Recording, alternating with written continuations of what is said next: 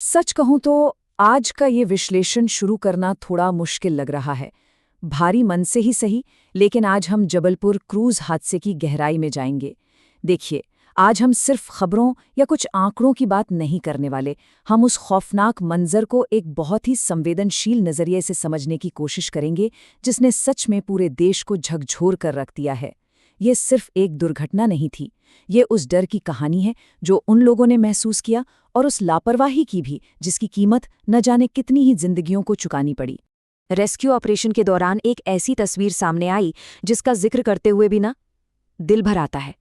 Imagine कीजिए, एक माँ ने अपने 4 साल के छोटे से बच्चे को सीने से लगाया हुआ था और दोनों सिर्फ एक ही लाइफ जैकेट के अंदर लिपटे हुए मिले। उस बच्चे ने अपनी माँ को एक आखिरी बार कसकर गले लगाया हुआ था।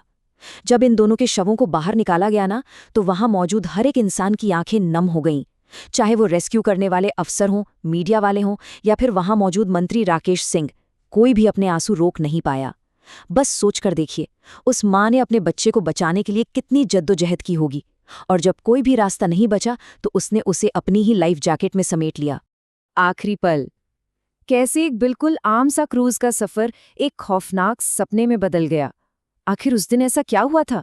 जो लोग बच गए, उनके मुताबिक सफर के शुरुआती आधा पौन घंटे तक सब कुछ एकदम नॉर्मल था। लोग एंजॉय कर रहे थे। लेकिन फिर अचानक से आंधी शुरू हो गई। जो लोग क्रूज के छत पर थे, वो पानी की बौछारों से बचने के लिए तुरंत नीचे केबिन में आ गए। इसके बाद क्रूज के पायलट ने नाव को किनारे तक ले जाने की बहुत कोशिश की, लेकिन लहरें समंदर की तरह इतनी तेज उठ रही थीं कि उसकी एक न चली। और फिर सबसे बुरी चीज हुई, क्रूज का इंजन अचानक बंद पड़ गया।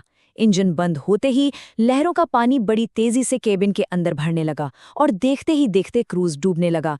लिटरली किसी के पास भी संभलने का या कुछ भी सोचने का एक सेकंड भी नहीं था। खौफनाक मंजर और डूबते केबिन से आए आवाजें। चलिए अब उन लोगों की बात सुनते हैं जो किसी चमत्कार से ही सही मौत के मुंह से बाहर निकल आए। उनकी ये बातें हमें उस असली खौफ का एहसास कराती हैं। ये जो शब्द है ना, ये प्रदीप कुमार के हैं। और आपको पता है सबसे ज्यादा दिल तोड़ने वाली बात क्या है? प्रदीप उसी महिला के पति हैं जिनका जिक्र हमने अभी थोड़ी देर पहले किया था। जी हाँ, वही माँ जो अपने 4 साल के बच्चे के साथ एक ही लाइफ जैकेट में लिपटी हुई मिली थी। प्रदीप बताते हैं कि क्रूज पर सुरक्षा के नाम पर कुछ भी नहीं था। लाइफ जैकेट ऐसे ही इधर उधर पड़े हुए थे। जब पानी भरने लगा तो प्रदीप खुद नीचे गए और लोगों को जैकेट बांटने लगे। वो कहते हैं कि बस 2-3 मिनट, सिर्फ 2-3 मिनट के अंदर सब कुछ खत्म हो गया। लोग जैकेट पहन भी नहीं पाए और क्रूज डूब गया। एक और सर्वाइवर है विकास। वो उस केबिन के अंदर के पूरे पैनिक को बयां करते हैं। जरा सोचिए, एक कांच से घिरा हुआ केबिन जिसमें करीब 30-35 लोग मौजूद हों। विकास बताते हैं कि नाव पूरी तरह से हिल रही थी, सामान हवा में इधर से उधर उड़ रहा था। उस केबिन में करीब 10 से 12 बच्चे थे जो बुरी तरह चीख रहे थे। इतनी भयानक चीख पुकार थी कि कोई किसी की आवाज़ नहीं सुन पा रहा था। विकास किसी तरह अपने परिवार के 5 लोगों को तो बचाकर ऊपर ले आए, लेकिन बदकिस्मती से उनके परिवार के 2 सदस्य उसी केबिन के अंदर फंसे रह गए और उन्होंने अपनी जान गंवा दी। तो अब जरा इस नंबर पर गौर कीजिए। 3 घंटे। ये नंबर सुनकर ही रोंगटे खड़े हो जाते। ये 3 घंटे 72 साल के रियाज हुसैन ने उस डूबे हुए क्रूज के अंदर बिताए हैं। उस घुटन और उस अंधेरे के बारे में सोचकर ही रूह काम जाती है। रियाज बताते हैं कि जब क्रूज डूबने लगा तो वो नीचे वाले हिस्से में थे, क्योंकि उनके साथ जो महिलाएं थीं वो ऊपर नहीं चढ़ सकती थी। जब पानी सिर के ऊपर तक जाने लगा तो वो छत के पास एक कोने में जाकर फंस गए। बस वहां थोड़ी सी हवा आ रही थी। उनकी गर्दन तक पानी भरा हुआ था। रियाज कहते हैं कि वहां एकदम सन्नाटा था। उन्होंने तो मान ही लिया था कि सब लोग जा चुके हैं और अब इस नाव के साथ साथ वो भी हमेशा के लिए नीचे चले जाएंगे। लेकिन तभी उन्हें एक हल्की सी रोशनी दिखाई दी। उन्होंने अपनी पूरी ताकत लगा दी और क्रूज की छत पर ठक ठक करना शुरू किया। गनीमत रही कि रेस्क्यू टीम ने वो आवाज सुन ली और जवाब दिया, घबराइए मत, हम आ रहे हैं। इसके बाद हथौड़ी, कुल्हाड़ी और गैस कटर की मदद से क्रूज की छत को काटा गया। करीब 1.5 घंटे की इस भारी मशक्कत के बाद 72 साल के रियाज को किसी तरह बाहर निकाला गया। लेकिन बेहद दुख की बात यह है कि उनकी पत्नी और उनकी समधन का अभी तक कुछ पता नहीं चल पाया है। लापरवाही की कीमत और सिस्टम की बड़ी चूक। इस व्यक्तिगत और गहरे दर्द से थोड़ा सा पीछे हटकर अब हमें उन गंभीर प्रशासनिक विफलताओं को भी देखना होगा जिनकी वजह से इतनी जानें गईं।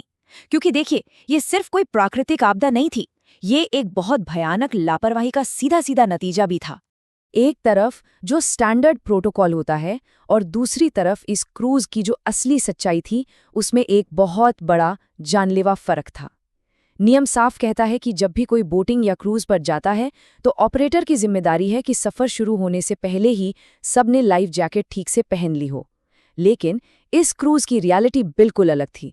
सर्वाइवर्स ने चीख चीख कर बताया है कि उन्हें पहले से कोई लाइफ जैकेट नहीं पहनाई गई थी। जब मौत बिल्कुल सामने खड़ी थी ना, तब जाकर जैकेट्स हवा में उछाली जा रही थीं और लोग उस घोर अंधेरे और घबराहट में उन्हें पहनने की जद्दोजहद कर रहे थे। और आपको पता है इस देरी का कितना खौफनाक परिणाम निकला? रिपोर्ट्स बताती हैं कि कई ऐसे भी शव निकाले गए हैं जिन्होंने लाइफ जैकेट पहन रखी थीं। जी हाँ, लाइफ जैकेट होने के बावजूद उनकी जान नहीं बच पाई। ऐसा इसलिए हुआ क्योंकि जब क्रूज डूबने लगा तो केबिन के अंदर पानी का एक भारी दबाव, एक प्रेशर बन गया। जिन लोगों ने आखिरी पलों में जैकेट पहन भी ली, वो उस जैकेट की वजह से पानी में ऊपर की तरफ तो उठे, लेकिन क्रूज की छत और दीवारों के बीच में बुरी तरह फंस गए।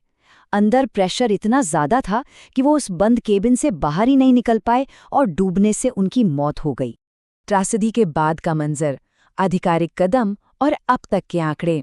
इस पूरे विश्लेषण के आखिरी हिस्से में आइए देखते हैं कि इस पूरी घटना के बाद आंकड़े क्या कहते हैं और प्रशासन ने आखिर क्या कदम उठाए हैं। जबलपुर के कलेक्टर राघवेंद्र सिंह ने जो जानकारी दी है, उसके मुताबिक अब तक 9 लोगों के शव निकाले जा चुके हैं। 28 लोगों को सुरक्षित बचा लिया गया है। रिकॉर्ड्स दिखाते हैं कि 29 वयस्कों का टिकट कटा था। लेकिन यहाँ सबसे डराने वाली बात यह है कि क्रूज पर कई ऐसे छोटे बच्चे भी सवार थे जिनका कोई टिकट ही नहीं कटा था। इसका मतलब समझ रहे हैं आप? लापता लोगों की जो असली संख्या है, उसका अभी भी सटीक अनुमान लगाना बेहद मुश्किल है। अब इस हादसे की गंभीरता को देखते हुए मध्य प्रदेश सरकार और पर्यटन मंत्री ने कुछ सख्त कदम उठाए हैं। अगले आदेश तक मध्य प्रदेश के अंदर सभी क्रूज का संचालन पूरी तरह से रोक दिया गया है। इसके अलावा सभी क्रूज की अनिवार्य सुरक्षा जांच के निर्देश दिए गए हैं और साथ ही ये भी मैंडेटरी कर दिया गया है कि सभी क्रूज के स्टाफ को इमरजेंसी से निपटने की प्रॉपर ट्रेनिंग दी जाए। लेकिन अंत में ये पूरी की पूरी घटना हम सभी के सामने एक बहुत ही चुभने वाला सवाल खड़ा कर देती है। ऐसी कितनी और त्रासदियों का हमें इंतजार करना होगा? कितनी और माँओं को अपने बच्चों के साथ उस खौफनाक अंत का सामना करना पड़ेगा, जब तक कि बेसिक सुरक्षा नियम जैसे कि नाव पर चढ़ते ही लाइफ जैकेट पहनना एक अटल कानून नहीं बन जाते। ऐसा कानून जिसे मुसीबत आने पर नहीं बल्कि पहले ही माना जाए। एक छोटी सी लापरवाही कैसे हंसते खेलते परिवारों को हमेशा के लिए उजाड़ देती है, ये हादसा उसका सबसे दर्दनाक उदाहरण है। इसी विचार के साथ हम आज के इस विश्लेषण को यहीं विराम देते हैं। हमारे साथ जुड़ने के लिए आपका बहुत बहुत धन्यवाद।